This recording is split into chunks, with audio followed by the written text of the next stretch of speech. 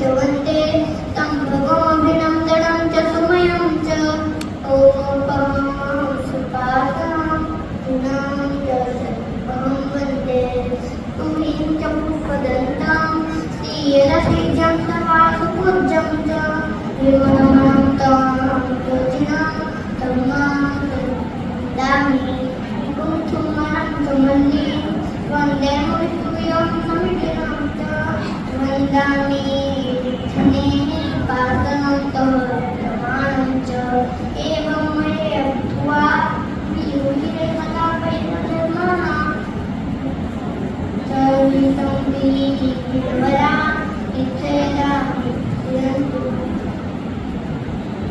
इत्यवन्द्य रम्या च एलोकस्य उत्तमं तीर्था आरोग्यो लाभं सम्मानिवरं बिन्दु चन्देषु निम्मदयदा आयुष्येषु वयं पयासयदा सागरवर गम्भीरा चिन्ता सिद्धि संस्तु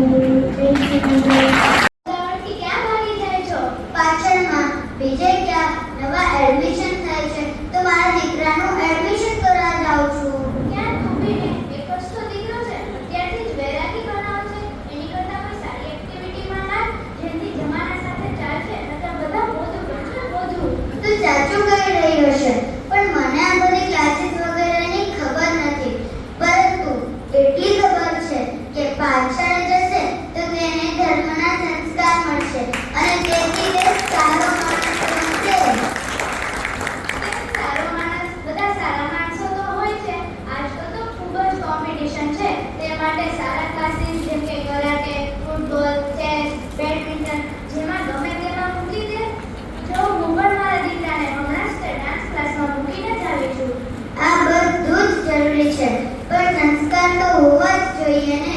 સંસ્કાર હશે તો બધું થશે. ને સંસ્કાર તો પાછળમાં જ મળે. તું બરાબર કહે છો. આ બધું તો પછી પણ થઈ શકશે. અને હા, આજકાલના છોકરાઓમાં ખરાબ આદતો લાગી જાય છે અને ટીવી, મોબાઈલ એ બીજું બાકી જ ક્યાં રાખ્યું છે.